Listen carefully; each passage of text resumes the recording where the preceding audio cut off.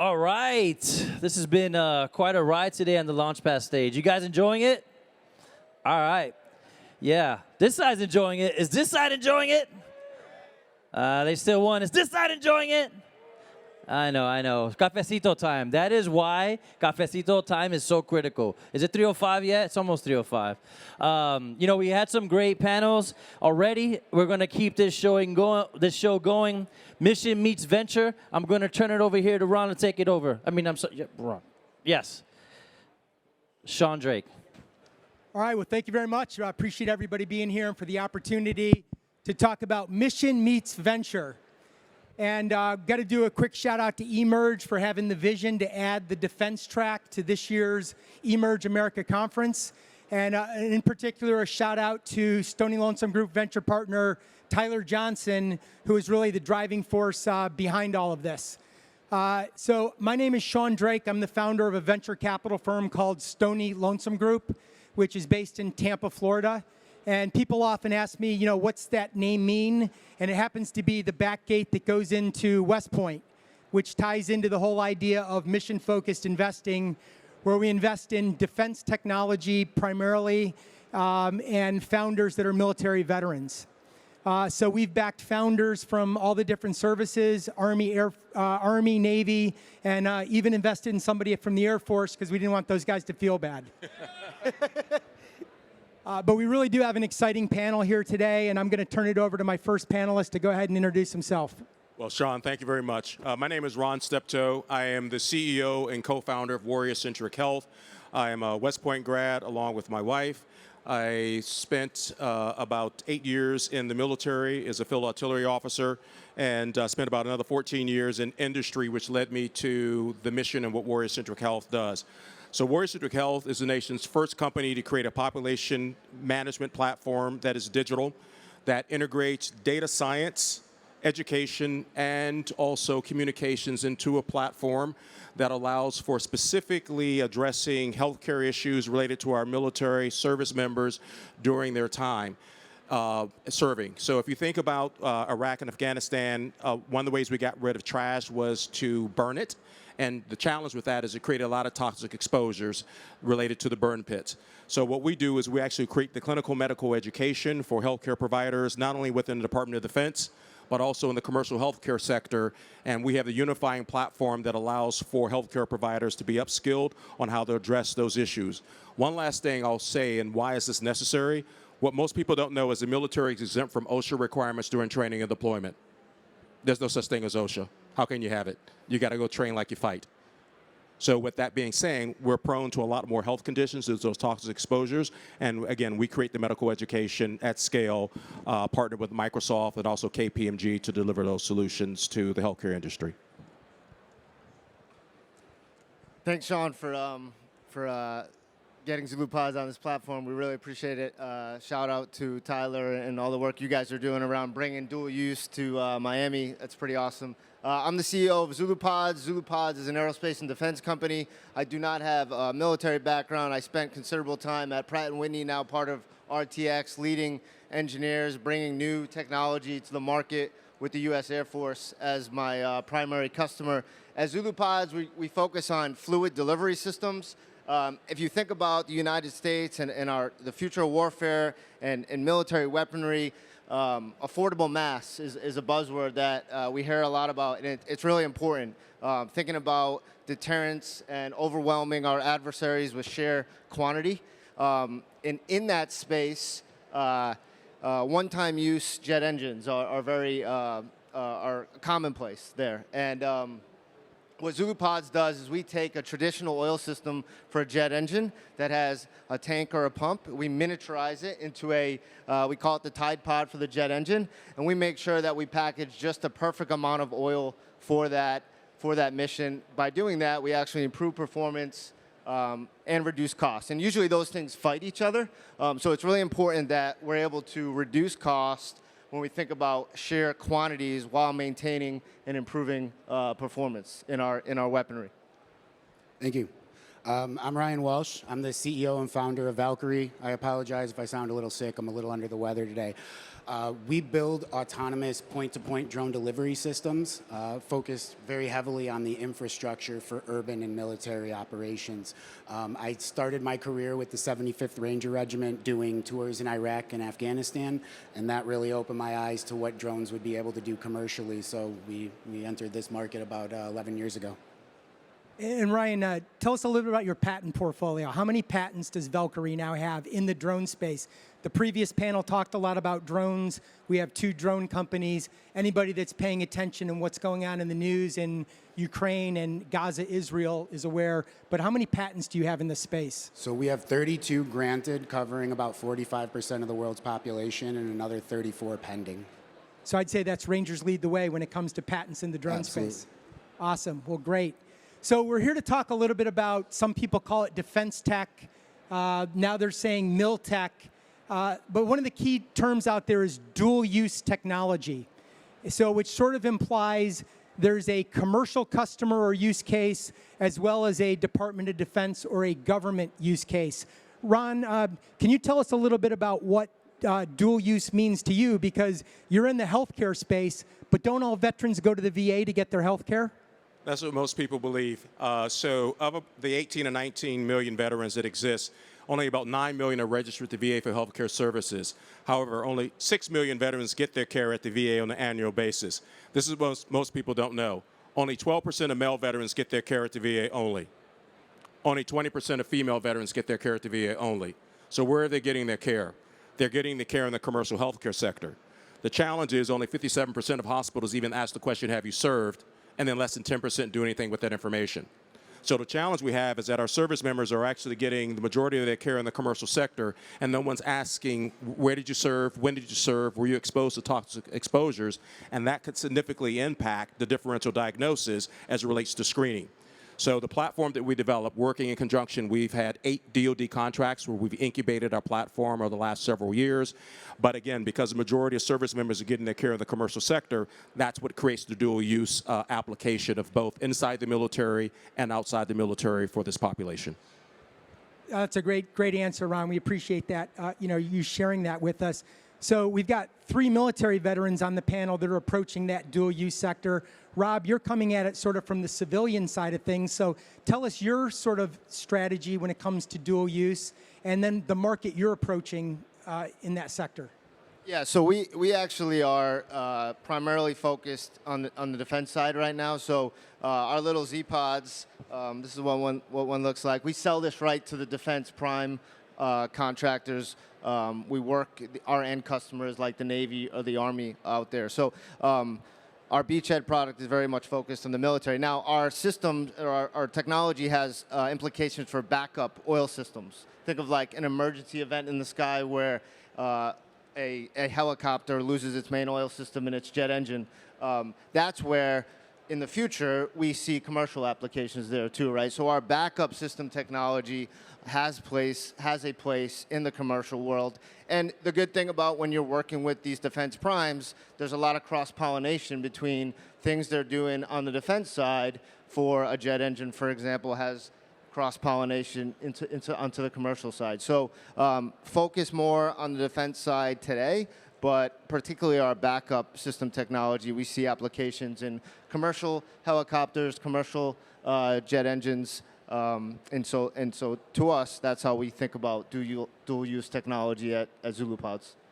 Well, as a venture capitalist, we like to see those types of strategies where you're using government dollars to go beta test, or in this case, battle test your product, and then look to cross over and bring it into the commercial sector. Which is a great transition now to Ryan and Valqari, where you have a Ranger that decided to go tackle the commercial market first. Yeah, I first saw drones enter the battlefield when I was overseas, and when I had gotten out, I wanted to use the technology to better people's lives and not create so much havoc with it. So we really focused on closing food deserts, increasing access to medical care, ways we can improve communities with this technology. But as we've seen, the world has entered a little bit more of a chaotic phase, and so our technology is very well suited for military if needed. So we've started encroaching into that space a little bit, and we're going to be tackling it a lot more deliberately this year. One of the key factors, though, for that is the notion of beyond visual line of sight to operate commercially. You've probably spent as much time as anybody looking at that sector. What's your outlook, and more importantly, the timing that's going to be sort of that pivot or that transition that's going to allow you guys to scale quickly in that commercial space? Yeah, that's a great question, Sean. We really see this being almost the dawn of drone delivery. As I believe the last group said, you're not necessarily seeing it in your day-to-day life yet, but you will within the next 12 to 18 months wherever you are. It's already started in about 9 cities across the southern U.S., and it's expanding to a new city almost every week, it seems. The U.S. is expecting to release the Beyond Visual Line of Sight waivers, the Part 108, sometime in Q1 next year. Canada is supposed to go live Q1 2025. Europe's already began phasing it in, and the UK should be pretty quickly after that. So it's a very, very exciting time to be in drones. Well, it's interesting that we're here in Emerge America in Florida, known for amazing golf courses. Do we have any golfers in the audience? Anybody play any of those amazing courses? So Ryan, how far are we away from we can have a drone deliver my 6-pack of beer to the 13th hole? I'm not trying to put the cart girls out of business, but what do you think when that's going to be realistic, that we're going to see a Valqari delivery system on a golf course in Florida? So we started doing delivery at Sun City Country Club in Scottsdale, Arizona. We took the lessons learned, and we're looking at a few golf courses now to deploy this summer. Exciting stuff. We're looking forward to that. So Ron, in terms of working with the government and in both sectors, what would you say is maybe a pro and a con of having a dual-use strategy in terms of your go-to-market? Yeah, I think the key thing with the military is actually having something that aligns with their mission. So one of the things that was interesting while we talk about this need to make sure that our service members are optimized for actually being what they call medical readiness, the question is, how is our platform going to, in fact, improve that? One of the biggest challenges that they've had is realizing that service members with chronic conditions such as diabetes, hypertension, these things can impact absenteeism and presenteeism. So why aren't they taking their medication?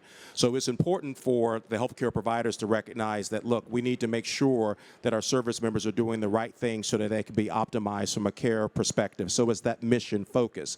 The same thing, though, applies across to commercial. We want to make sure that people's care is optimized. So it's really harmonizing what is the military's focus, because they look at healthcare as an asset of warfighting.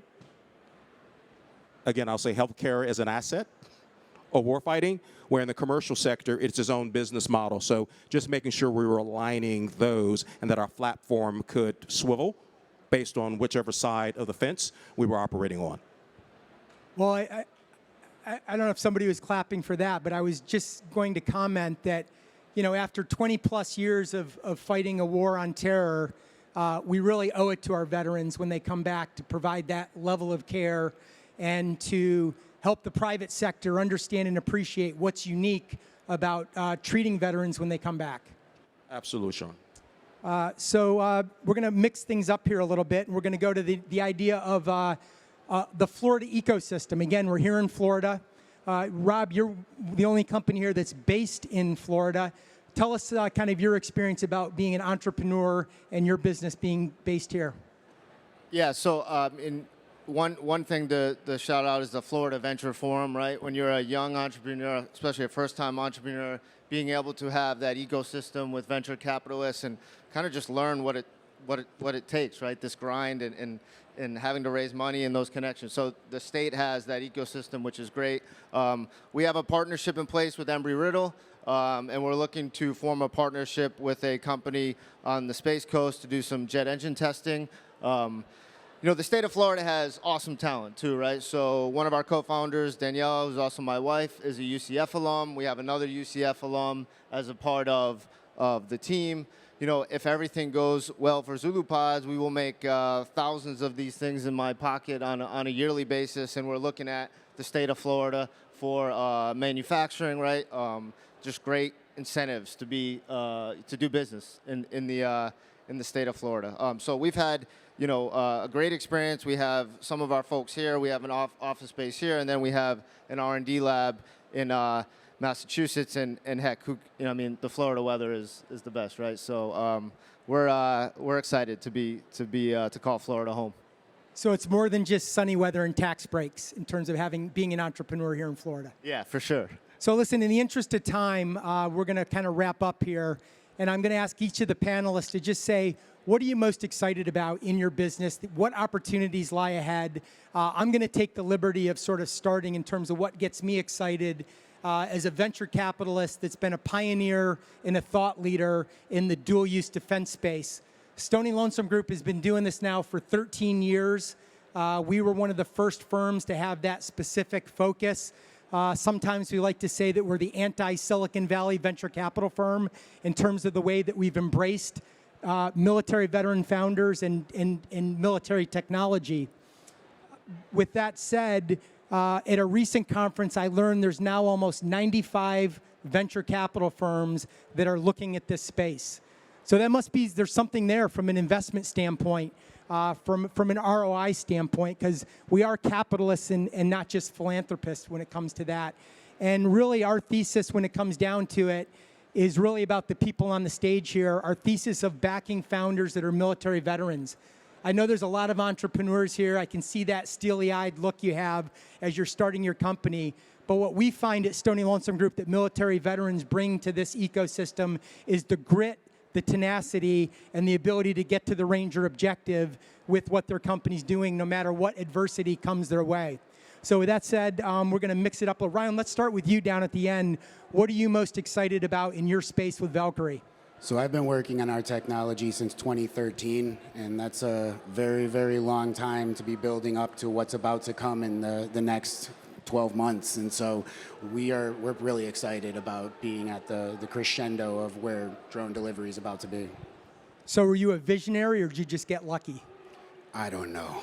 I can't tell. Yeah. Well, they're both important. You have to have both to be successful in entrepreneurship. I know you're a visionary and just having a little fun with you there. Thank you. Rob? Yeah, so a couple things. The DoD we're seeing the DoD want to work with small businesses and startups. That's exciting. You talked about capital and private capital being interested in dual-use technology, in defense tech. That's exciting. At the end of the day, we see massive opportunities around optimizing fluid delivery systems in expendable, one-time use types applications. And outside of oil, there's fuel, anything that is delivering fluid. There's a lot of performance that we believe is left on the table because of how engineers typically design these systems and are not thinking about designing systems to really, really match the mission, right? So design something, if it's only going to run for an hour, you should design that thing run for an hour, not like it's going to run for 20 hours. So we're excited about those opportunities, and Zulu Pods, we look at ourselves as a fluid delivery company, and we're going to keep bringing the best technology to the warfighter. So Stony Lonesome Group's been very active in this space, but our approach has been a picks and shovels approach. There's over 400 companies out there that are trying to develop the next drone platform that's going to get adopted by the DoD. What we liked about your strategies is that picks and shovels, that your technology can be applicable across platforms.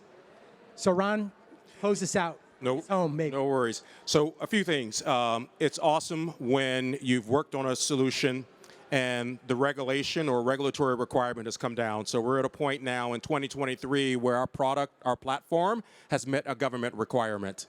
And so the Joint Commission, the Centers for Medicare and Medicaid have now made health equity, making sure that everyone gets access to care and done in such a way that it deals with their unique needs is now a federal regulatory requirement. We happen to have the world's first software as a solution platform to address that in partnership with Microsoft and KPMG. What I'm excited about partnership in the technology is that I was just in London in March with my team, and we are now in discussions with a family office that's interested in now emerging and expanding our platform into the European Union for our NATO allies. So we're excited about being able to transport the knowledge, again, dual use that's been invested here in the U.S. How do we now take that investment that we as Americans have made to leverage on behalf of our NATO allies as we work to keep the world and our nation free? So, Ron, it sounds to me like you're sort of the overnight success that's been taking 10 years to get here. 16, buddy. 16. Don't cut me short. Well, and so, Ron, you were a firstie at West Point when I was a lowly plebe. I knew you because you were the captain of the basketball team. And but for these other entrepreneurs here, how many times did you approach me as a venture capitalist before we finally got it and said yes? 3 times. And the great thing I love, and even the state of Maryland, which is our lead investor for our Series A round, Sean led our seed round, they never said no. They said not yet. And that means, well, what do I need to come back with? What are the metrics? They identified the metrics, and then I came back now. Nope, not yet, but never know. Well, the first time I think you tried to haze me like I was a plebe, but then the pitch got a little more refined. And no, but the reality is you guys followed the market. You were also a visionary, and you absolutely are right place, right time. So with that, I think we're out of time. I want to thank everybody in the audience for sharing this opportunity to share with you the exciting sector of dual-use defense-first technology. And I want to thank my amazing panelists here today. Thank you. Thank you all. Thank you, guys. Thank you, everyone.